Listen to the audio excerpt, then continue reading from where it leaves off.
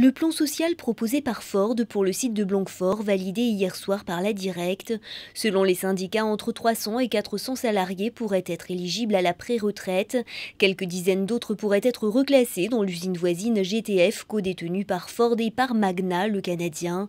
Le reste des salariés, à savoir entre 400 et 500 personnes, devraient être licenciés, avec, selon les syndicats, 2 à 3 ans couverts entre accompagnement du reclassement et chômage. Le PSE porterait sur une moyenne de 190 000 € par salarié, un chiffre contesté par les syndicats pour lesquels ce budget moyen par salarié masque de fortes disparités de situation. La CGT dénonce ce plan social et compte même aller en justice pour le faire invalider. Une soixantaine de parents d'élèves et d'enseignants se sont rassemblés ce matin devant la préfecture des Pyrénées-Atlantiques à Pau, où se tenait une réunion autour de la prochaine carte scolaire.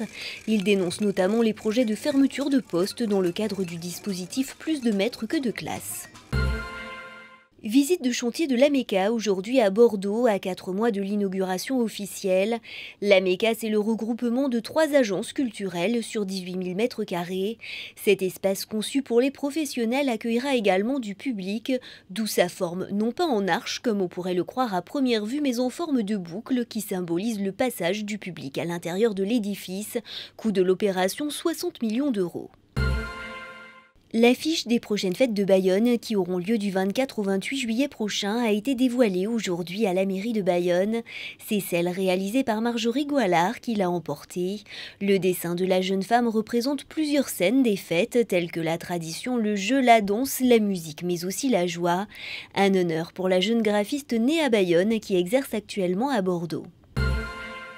Un millier d'enfants d'une trentaine d'écoles ont pris part aujourd'hui au carnaval de Périgueux.